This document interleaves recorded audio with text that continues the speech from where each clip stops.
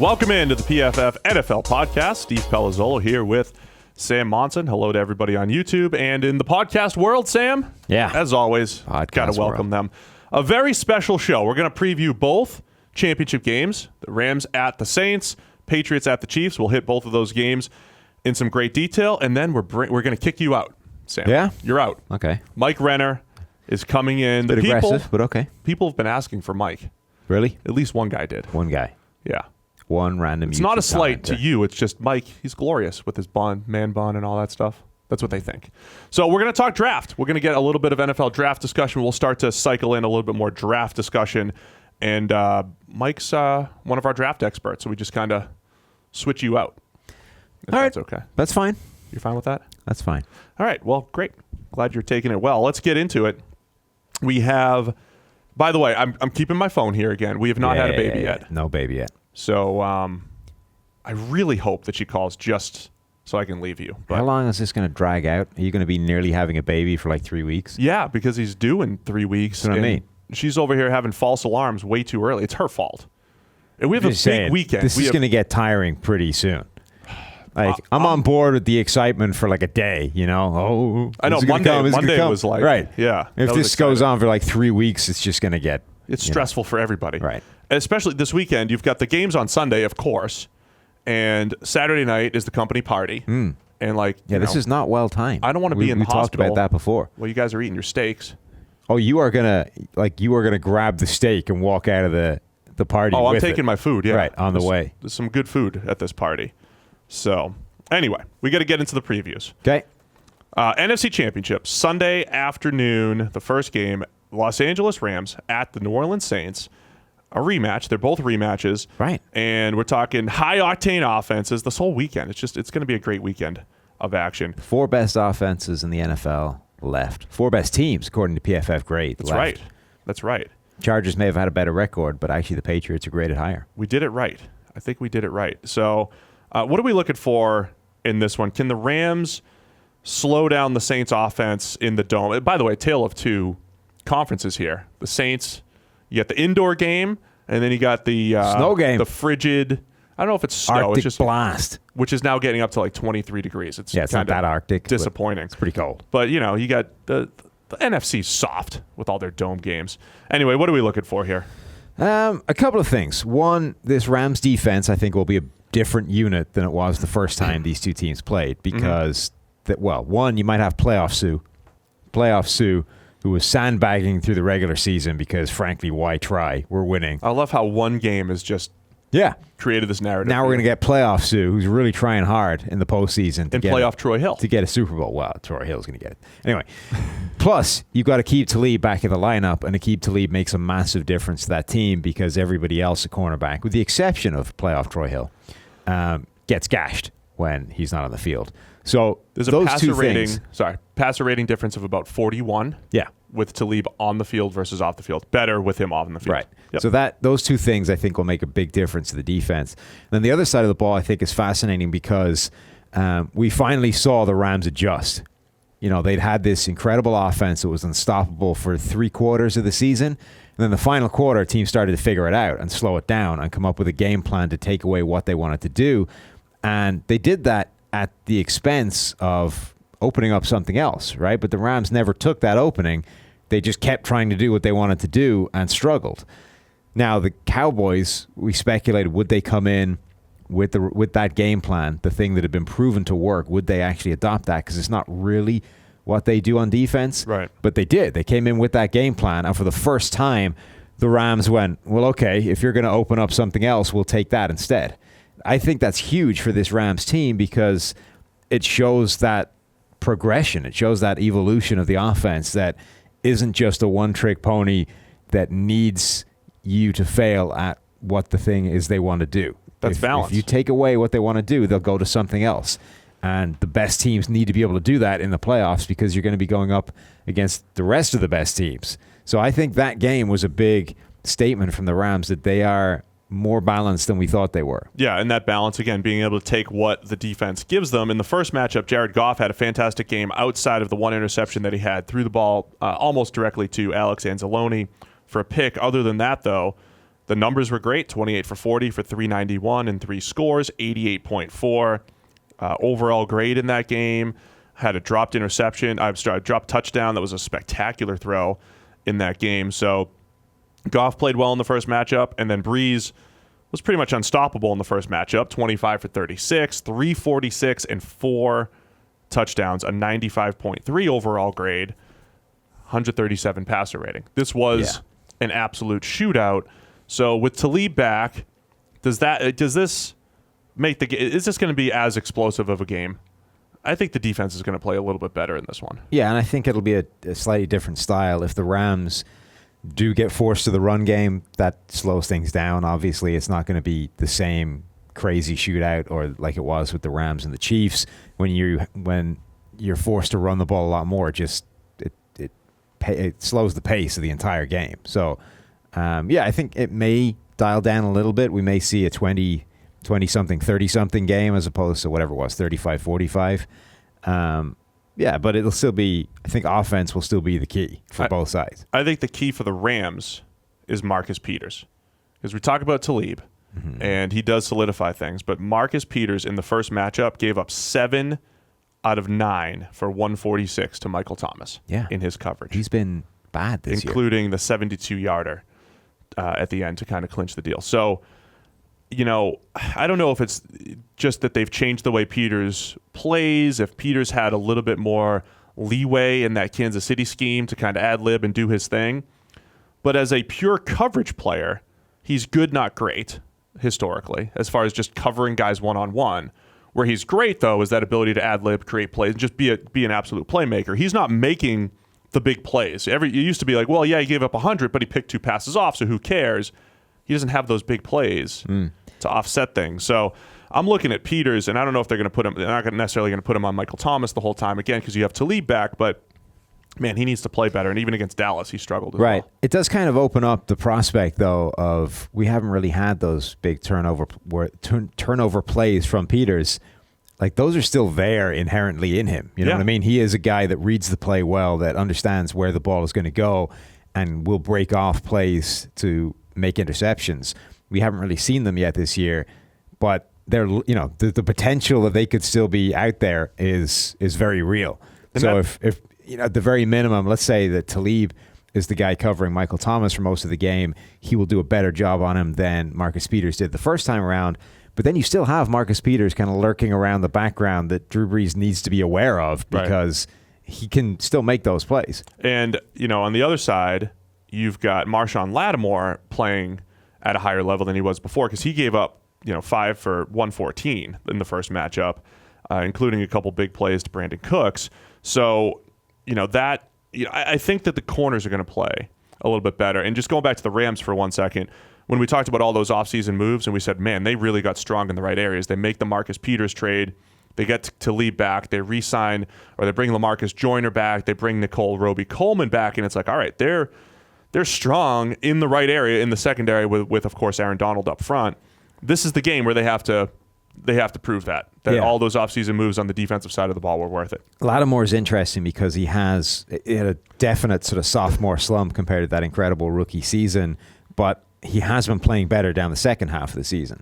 So he gave up 2 touchdowns this year, didn't give up any as a rookie. Both those 2 touchdowns came in the first half of the season. All 4 of his interceptions have come in the second half of the season, along with some of the pass breakups as well. His completion percentage is up this year, but that again is down in the second half of the season. So he's definitely playing closer to rookie level Marshawn Lattimore than he was at the first half of the year, which it's kind of like the Talib thing. That's a big part of this game now, is that we're starting to see the best version of Marshawn Lattimore. Let's discuss the Rams' running game just a little bit because, C.J. Anderson went 23 for 123 last week, and Todd Gurley had 16 carries for 115. They took what was there. The offensive line was spectacular, and now, including the playoffs, Rob Havenstein, number 1 run-blocking offensive tackle, and Andrew Whitworth, number 2 in the NFL when you include the playoffs. And then Roger Saffold's number 5 at guard. I mean, this is a great run-blocking unit. Do the Saints play the same exact way? Do they just say, hey, keep running it. We're not going to let Goff throw for 391 again. We're going to, it's going to keep you a little bit lower on the scoreboard. Right. Well, that's the thing. So now, before this game, you had a definite game plan on defense to slow down the Rams' offense because there was a couple of teams that had done it already, and they had shown that you can stop this, and the Rams hadn't yet adjusted. Now the Rams have adjusted. So what do? Do you roll in with the first game plan, which is we want to take away the thing you want to do? Yeah. But you know that they can make the adjustment and take advantage of that? Or do you say, okay, let's try and create some kind of balance on defense, and then that probably opens up the thing they want to do in the first place? The thing is, when you don't commit numbers to the run game, it's risky, but you're just asking your defensive linemen to win, and Dallas's defensive linemen didn't win. Do the Saints have the horses to maybe win against this Rams offensive line? I don't know if they do. Sheldon Rankin's out for the season now. That's a big loss. Cameron Jordan's nice and everything, but it takes multiple guys along the front holding their gap and or making a play to create some negative plays. Right, against the number one run blocking offensive line in the game. So it's a very tough ask. Like I said, the plan going into last week was to do that, but now the Rams have shown that they're fine with that. It doesn't work anymore because the Rams have shown that they will make that adjustment. So do you still use the same game plan that will at least force them to plan B, or do you just try and create some kind of balance that hopefully limits both of them but probably opens up plan A? And then on the other side, again, how do you slow down Drew Brees in the dome? I remember looking at the first matchup in my head thinking, wow, Aaron Donald was really neutralized up front, and he had 7 pressures. Yeah. It was his 4th worst grade of the year, and he had 7 pressures, including 4 QB hits. Andrus Peat is the number 37 left guard out of 38. Larry Warford's better. He's number 19 out of 43 right guards in all the PFF grades. So I don't know. I think Aaron Donald's going to... they need Aaron Donald to be that take the game over disruptive presence. Drew Brees in that quick passing game is just so difficult to get to him. He was only pressured 12 times. I think in the first matchup. I think what you need to do to get to Drew Brees and to disrupt the quick passing game is what the Eagles did, which is actually just get more aggressive in coverage. You basically can't stop them up front. You can't get to them quick enough if they're going to have the freedom to get the ball out of his hands that quickly. And that was what we were saying about this Eagles defensive line, is that the first time around they barely touched Drew Brees because they were able to get the ball out. The Eagles actually harried him quite a bit in this game because they got more aggressive outside. They disrupted those receivers at the line, and that bought them just a little bit more time for the pass rush to get home. So I think the Rams have to do the same kind of thing. They have to get more aggressive in coverage, and they're potentially able to do that with Talib back, and hope that buys them enough time for Aaron Donald to beat, his guy. And given the guy he's going up against, that should happen. And there were a lot of times last week the Eagles did a good job on 1st and 2nd down, and then Drew Brees just came through on 3rd and 4th down. He completed 89% of his passes, 11 yards per attempt, 6 first downs. There was some back-breaking plays. So the game plan for the Eagles was good. They took away a lot of the short stuff early, but they just failed on 3rd down. The Rams can do the same exact thing. They just have to make more. Do exactly the same thing, only cover the dig route. Cover the dig route. Because the Eagles didn't do that. And we saw when Brees threw deep, he underthrew multiple deep balls. One was intercepted. One left a touchdown on the table. Take away the short and intermediate stuff, make him throw the ball down the field. All that said, what do you got for a pick here, Sam? I am going to go with the Rams to spring an upset. Really? Yeah. I haven't looked at the picks this week. I just typed them in and left. I didn't look at anybody. So you're taking the Rams. I'm taking the Saints. I'm still going with, this home field advantage I think is too strong. And I just think they're going to be too difficult to stop. It's definitely real. I just think people are kind of underestimating the Rams a little bit. This is a team that's still the number 1 graded team at PFF, and I think people looked at their struggles and basically wrote them off as, okay, we've figured out the Rams now. But I think that adjustment that they made is huge. They've now answered the thing that was causing them problems. They have the ability to go into New Orleans and win. No, I don't doubt it. I think they can as well. I'm looking forward to a good game. And then the evening game, the AFC Championship. They originally said it might be between -2 and 10. Now it's closer to 18 to 23 degrees. Either way, the cold might play a factor in this Still one. Still pretty nippy. I wouldn't want to be out there in a T-shirt. No, on my couch is a great place to be. Chiefs hosting the Patriots. Of course, they played back in Week 6. The Patriots won 43. Underdog Patriots.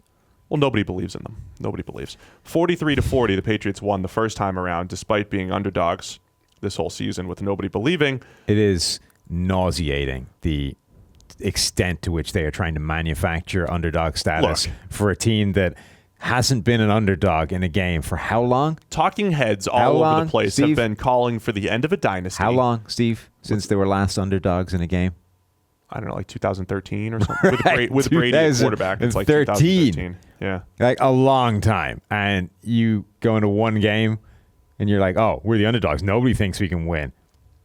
It's disgusting. You got talking heads talking about Brady falling off a cliff and arm strength's not there. Like, just it's manufactured fake analysis too. So it's all fake. Anyway, it's sickening. Another fascinating matchup. You've got two potentially explosive offenses. The Chiefs are always explosive. The Patriots, as we saw last week, still have it in them to win any given way and really pick apart defenses. But it's a different game for both teams. The Chiefs and Patriots both played these zone-heavy teams a week ago in the Colts and Chargers. This week, both teams love to play a man coverage. Yeah. It's what they did the first time around. So it's going to be it's that type of game. We're talking about the first and third team in the NFL in terms of man coverage. In pure man coverage. And it's not just like, here's lineup, let's just line up and play man and, let's see what happens. They're creative man coverage teams. We always say when you play this cover one scheme, you have these extra defenders around, and both teams are creative with what they do with the extra defenders. What you can do with the extra defenders is say, go watch Tyreek Hill, go double Gronkowski, go double Travis Kelce. So that's going to be the cat and mouse game in this one. Man coverage, extra defenders. What do these teams try to take away in the cold, where it's a little bit tougher to pass? Well, yeah, that's the first thing, is that the cold legitimately has the weather could potentially hamper both these offenses more than either defense can. Like that's the kind of impact the cold weather could have on this game, depending on where it falls in that spectrum of just, pretty cold to Arctic storm with blizzards, all that kind of stuff. So the cold weather could have a really big impact. And I think if it does, it's hard to suggest that impact would be beneficial for anybody other than the Patriots. If you're taking the more explosive pass offense, which is the Chiefs, and you're bringing them back down to earth a little bit. Even if it's impacting both teams essentially the same, I think it's hurting the Chiefs more than it's hurting the Patriots.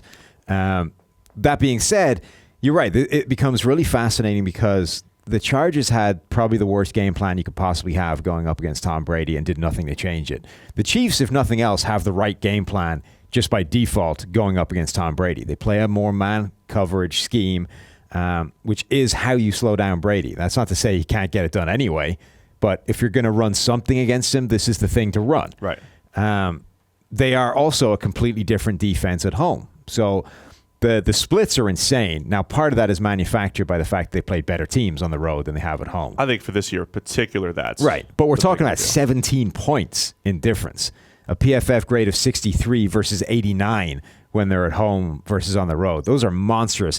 And it isn't just this year. Like, they've had a split of more than 5 points better at home for the last 3 straight seasons. Right. So this is an Alex Smith holdover as well. This isn't just this Mahomes team and the better teams, etc.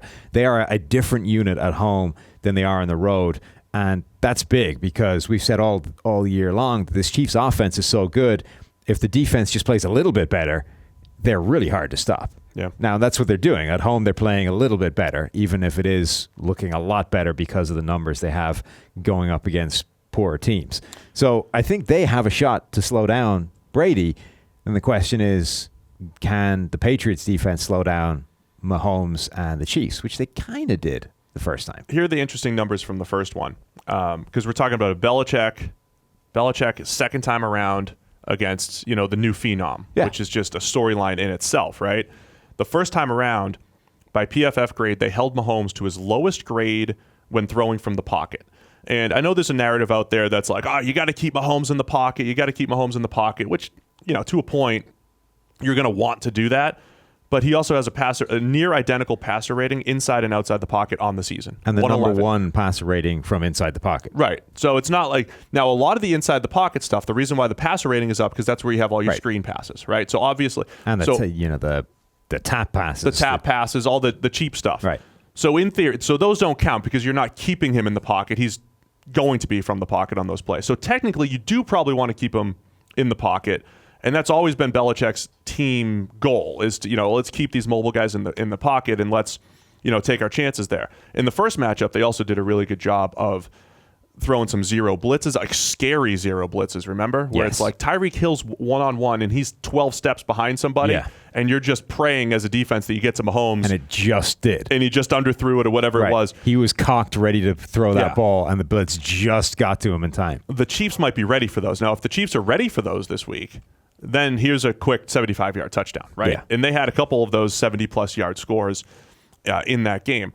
But they weren't necessarily they were against zone. They were against like cover 2, like the most conservative type of plays because Mahomes was so special outside the pocket. He averaged over 14 yards per attempt outside the pocket. That was the highest of the season. So the Patriots are looking at saying, all right, we're going to take our chances inside the pocket, make him make good decision after good decision after good decision, which he's done. And this is a pick your poison type of thing. We keep mentioning Mahomes has the second lowest percentage of negatively graded throws. That's insane for the type of, so the type of chances and difficult throws that he makes. Second lowest percentage of negatively graded throws behind only Drew Brees. That's the scary thing when you're going up against Patrick Mahomes. That's the most impressive thing about his season is there's really no formula. You just kind of take your chances with him inside the pocket, making good decision after good decision. I mean, that's what we've been saying is that I don't know what the game plan is to slow down Mahomes. Probably it's try and keep him in the pocket, but it's not like that's working. Right. Like that's maybe the lesser of two evils, but he's still carving everybody up from inside the pocket. So, yeah, I mean, the thing I think they really need to figure out is how they address the weapons that Kansas City has. Now, the one difference from the first time around is there's no Kareem Hunt. And not because forget the running game aspect of that. Kareem Hunt, one of the things that is kind of lesser appreciated about him on the field is the way he was a weapon as a receiver. Like he would go one-on-one with guys, get really favorable matchups, and be deep down the field as a receiving target. Williams has done really well in his stead as a ball carrier, as a running back. But is he the same kind of matchup problem? Because they were able to get a few decent looks with Kareem Hunt in the first game, one-on-one with some linebackers. He had multiple steps on Dante Hightower. Right. Now, do they have those same plays there with Williams? I don't know, but that's a potential mismatch. Then the Patriots need to figure out what to do with Tyreek Hill because he is the most dangerous player in this offense, and can you dedicate enough resources to him without leaving Travis Kelce wide open all day? That's the big challenge. And we saw last week, Sammy Watkins came back and made some plays. So you can't completely forget about Watkins. He played in the first matchup. Stephon Gilmore faced him most of the time. Gilmore's our top-graded corner. Watkins only caught 2 out of 4 for about 18, I think it was, the first matchup. So the way the Patriots generally do this, I could see them taking Gilmore, putting him on Watkins, and then saying, okay, team effort on Tyreek and team effort on Kelce. It comes to this cover 1 type thing. Do you put somebody at the line of scrimmage to try to beat up Tyreek Hill, which rarely works well? We saw that with Jalen Ramsey this year. We've seen it with good big corners who they can't always get their hands on. Can't always, but I think that's the only way of doing it. Like Ramsey, I think it worked with Ramsey. It's just that when it doesn't work, it's bad. The problem with that is it's an all or nothing strategy. Right. And how many times do you need the nothing part of that before it's a bad plan overall? Like Ramsey held, 60 plays in a game.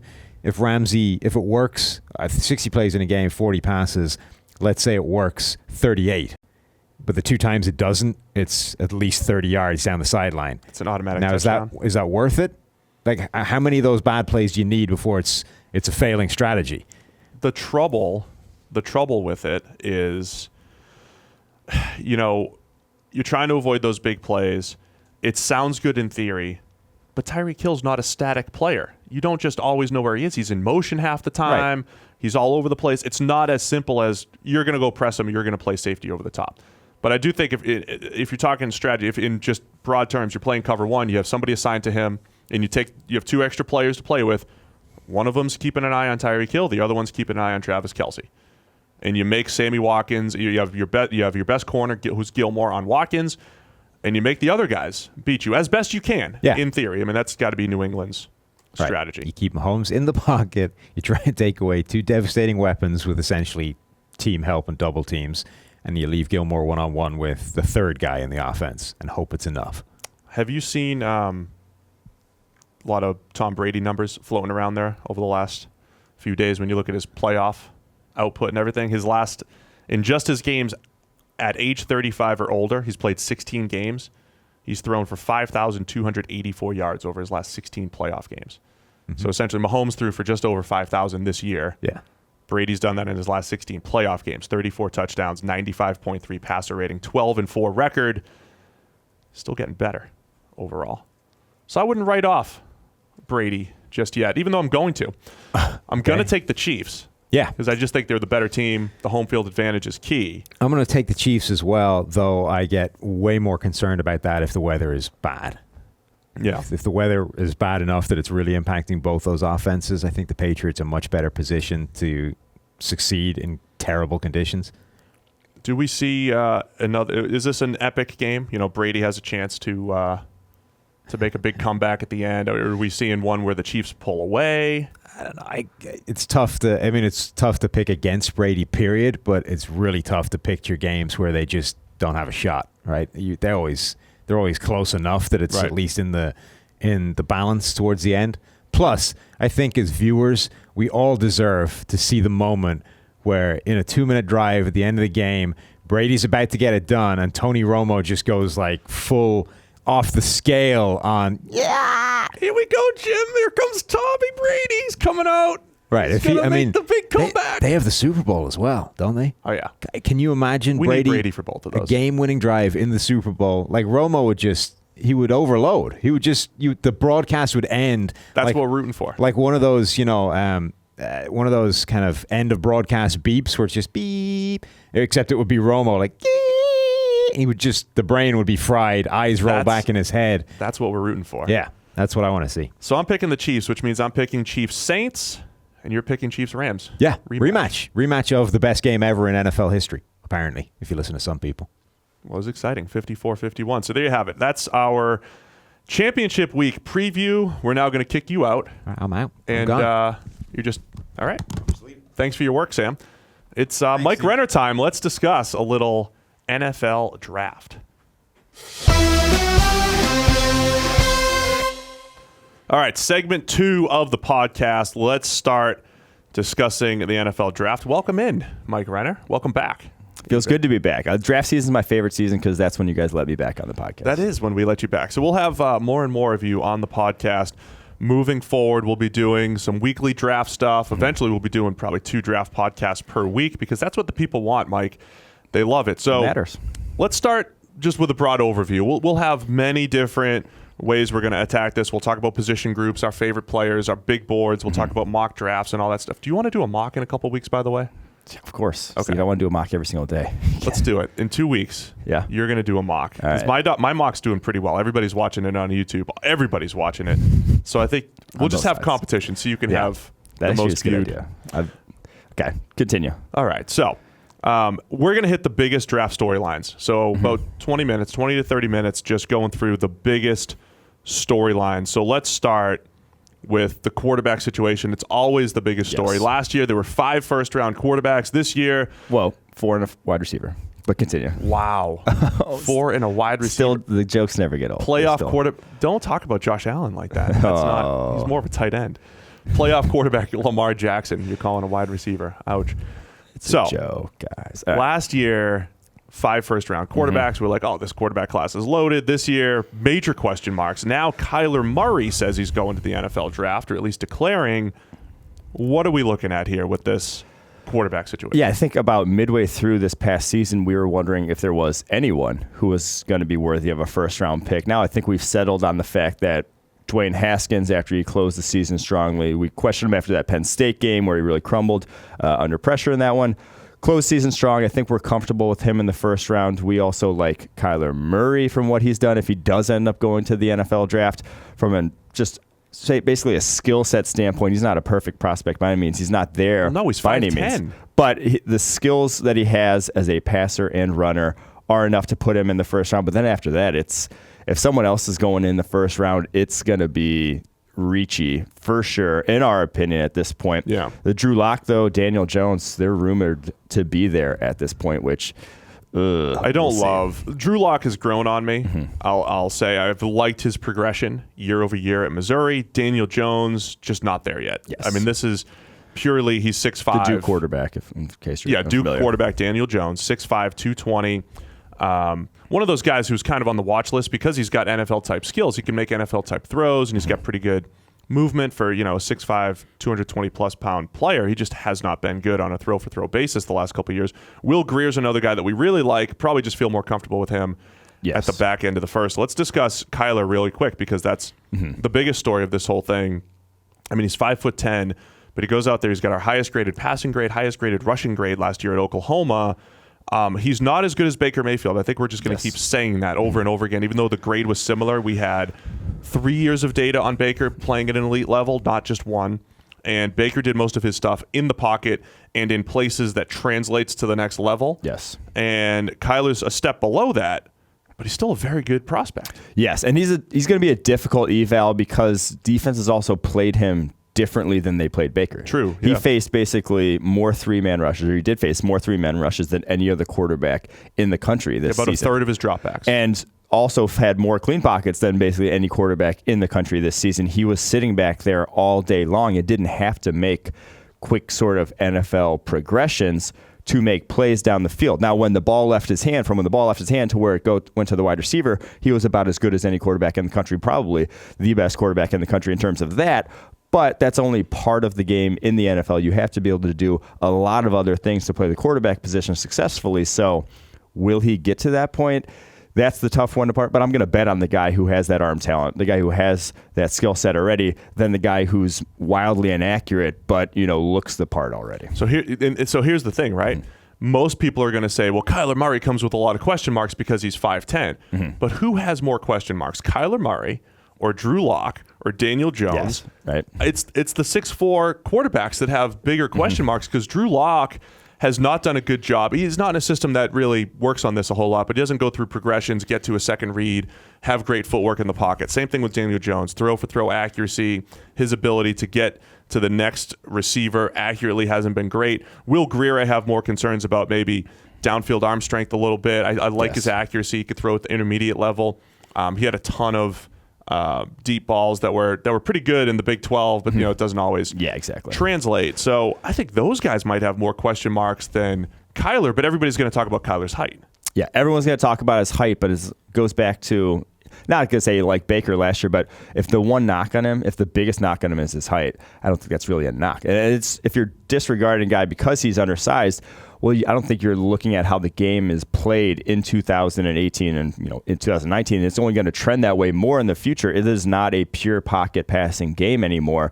So much of what wins in the NFL today is outside the pocket or utilizing the quarterback as a rushing threat, utilizing his legs, not necessarily exposing him to more shots, but just having that threat there impacts defenses so much. And we've seen it with a ton of quarterbacks now. It's been proven again and again that can work in the NFL. And so if you're writing him off because of that, I think you're just wholly close-minded. So I agree. This is the time for him to enter the NFL. I do think if this was maybe 10, 15 years ago, maybe he's saying, no, I'm going to play baseball. Nobody's going to give me this opportunity. Let's wrap up the QB discussion with Haskins. A lot of people are calling him maybe the slam dunk top quarterback off the board, and I like a lot of what he does. I think his balance in the pocket is really nice. He throws really well from a clean pocket. He's got good zip on the ball, accurate to the intermediate level, which I think is huge. I mean, the most important thing probably at the NFL level, I do hate how he played under pressure. And I know we always talk about here about how consistent clean pocket stuff is versus under pressure, but he was at such a poor level from a PFF grade standpoint. And it was in those big games, those big road games against a Penn State, against Purdue, and other games where he really did struggle anytime guys were in his face. So that's where I have question marks about Haskins. Also, his numbers were a little inflated. He had a great scheme and playmakers there. So I thought he was good, not great, last year for Ohio State. Yeah, he does. He's not without question marks. And again, when you see a guy only play for 1 year, and I guess this applies to Kyler Murray too, you just get a little concerned with small sample sizes because you haven't faced, you'd like to see a breadth of a guy playing 2, 3, 4 years, sort of like Mitchell Trubisky coming out. He just only had that one season to where, when you have those question marks, like Trubisky had the NC State game, I think it was, where it was just you have this ugly on tape. You don't know if that's something that he sort of hid well and is going to come out more at the next level, or if that is just a blip on the radar. And we use the term with Trubisky that maybe he's got more room to grow, and you could say that for Haskins. Like they're still, and for Kyler, I mean, they're young quarterbacks from a starting standpoint. So does that give them more room to grow, or does that just cloud your evaluation because you have less to work off, like you're saying? So those are the types of question marks we'll be hoping to answer over I will these say next that couple Haskins' arm talent, love his arm talent. So, absolutely. I love his arm quite a bit. So what we're doing here at PFF, we've got the production grade for all these guys, and then we go back, we rewatch these guys. Zach Robinson's going to be getting in there on all the quarterbacks. He's got some strong opinions on all these guys. He's training a couple guys out in California right now. That sounds like conflict of interest, I'll just say. No, Zach is very honest. I know, but it's still, right. I'm kidding. We do protect him, though. Yeah. We protect him. He can't he can't trash guys Yeah. that he's working with, but he's very honest about his evaluations, which I think is great. So we'll have much more on the quarterbacks moving forward. The second biggest story, Mike, defensive line.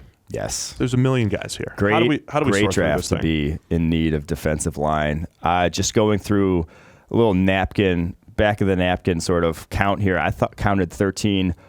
Very realistic number, 13 being 13 defensive linemen going in the first round of this draft. That could even go higher with guys, moving throughout the draft process, depending on who tests well, who has a good Senior Bowl, that sort of thing. I think realistically, 13 is almost like a baseline. I think that is where we're going to end up when it comes, late April, who ends up getting off the board. We're talking about Quinnen Williams. He was our top guy.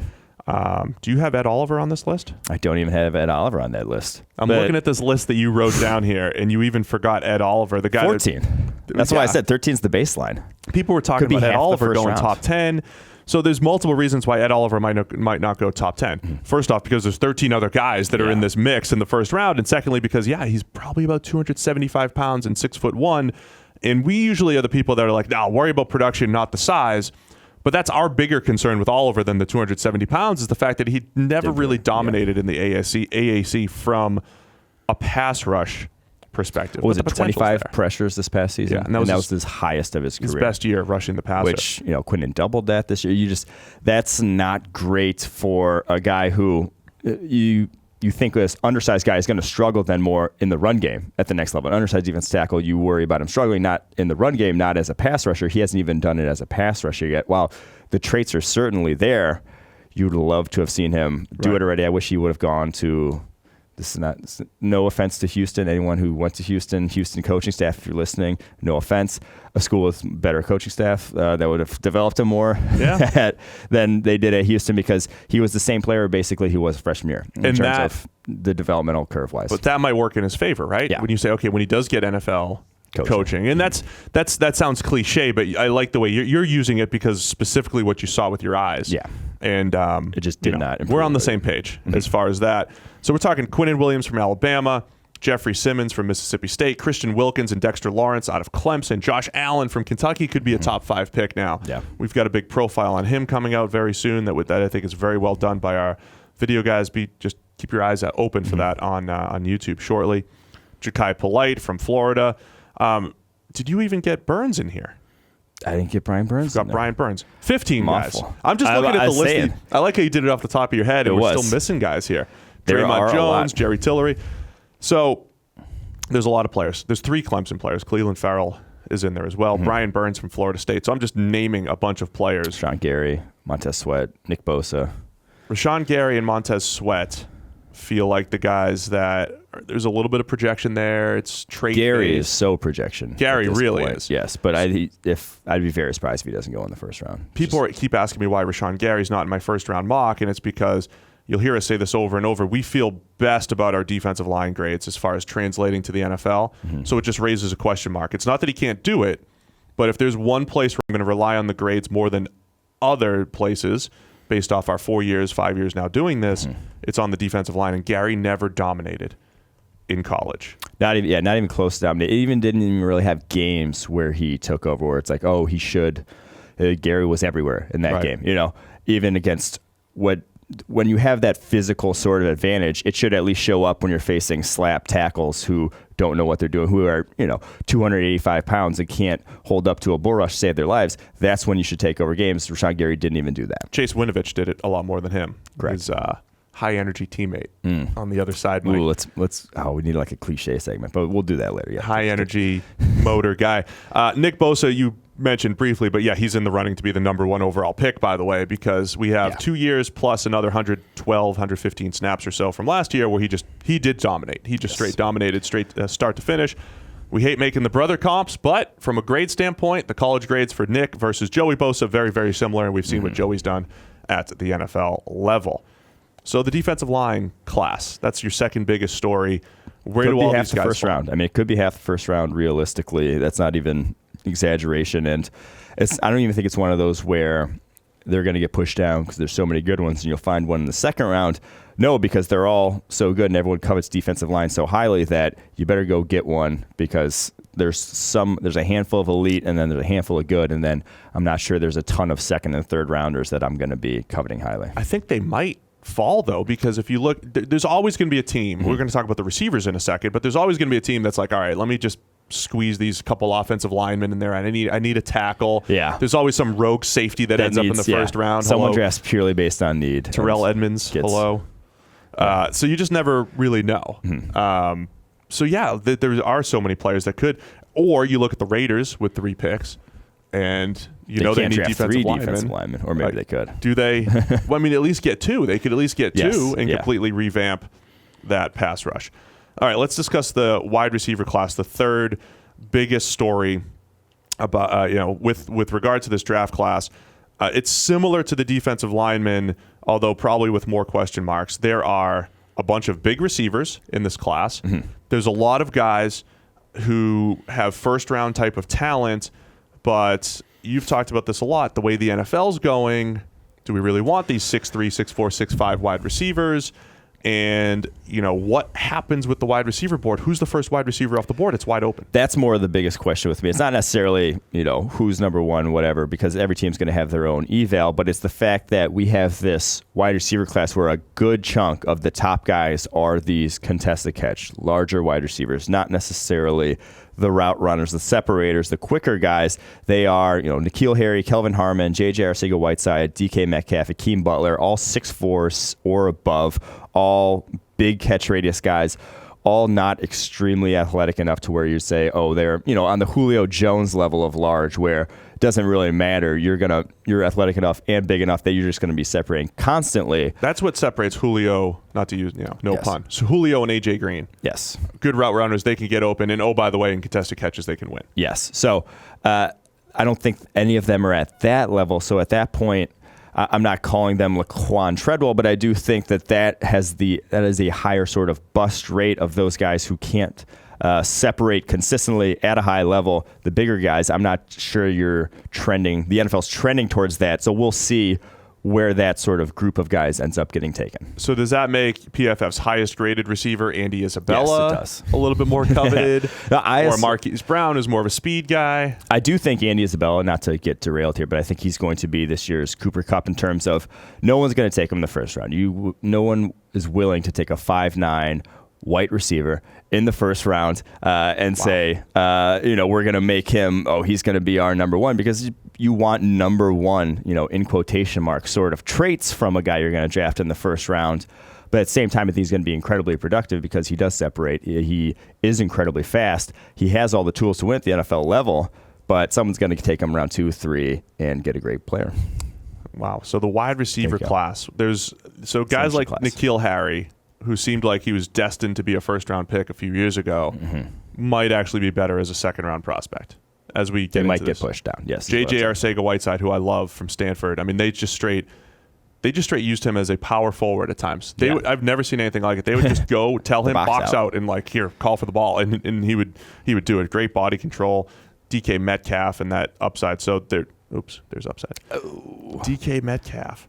A lot of people talking about him as the first-round pick. He's kind of like the Rashawn Gary of wide receivers, though, right? Yes. He's got all the skills, but just never really dominated. Really got dominated, correct. So there's a lot to unpack with this wide receiver class. And again, we're only scratching the surface on our draft evaluations. We've got the grades. Those are the guiding lights, so to speak, and then we kind of sift through and figure out the most important parts of them and what we see from skill sets and everything. So that's what we'll be doing over these next few weeks. All right, let's wrap this up. Those are the 3 biggest storylines.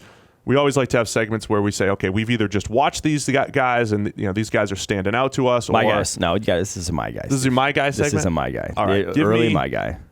Give me one guy that's your guy that you like more than other people. Christian Fulton, the cornerback from LSU. I think he is a surefire first-round pick. Now, I'm not sure he goes in the first round because, little backstory, 2 years ago, he cheated on a drug test at LSU.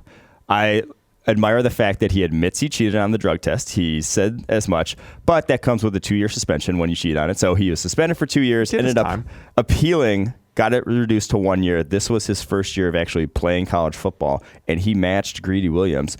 Play for play, this past season was fantastic there in the secondary for LSU. I think he's more athletic than Greedy. I think he has better makeup speed. He really is incredibly smooth.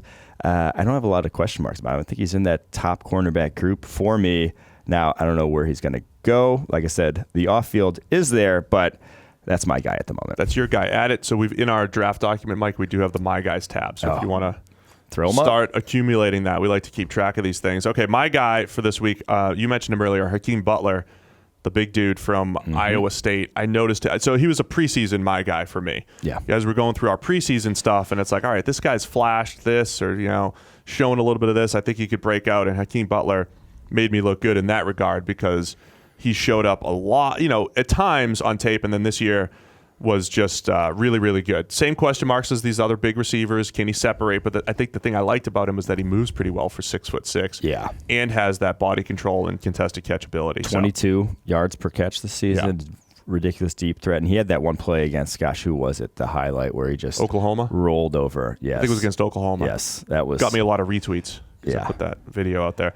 But that was freakish. There's a metric right there. How many times do I cap your plays, put them on Twitter, tweet them out, and how well do they do? Let's get George and Eric, the analytics team, to break that down. Yeah. RTs by that could. Yeah. How many retweets and likes do you get on your biggest plays versus production in the NFL? That could be. There's something there. Because I think if there's a correlation there, Hakeem Butler has a bright future. Hakeem Butler's an under the radar guy. Yeah. Had some spectacular. We've identified him as an RT legend.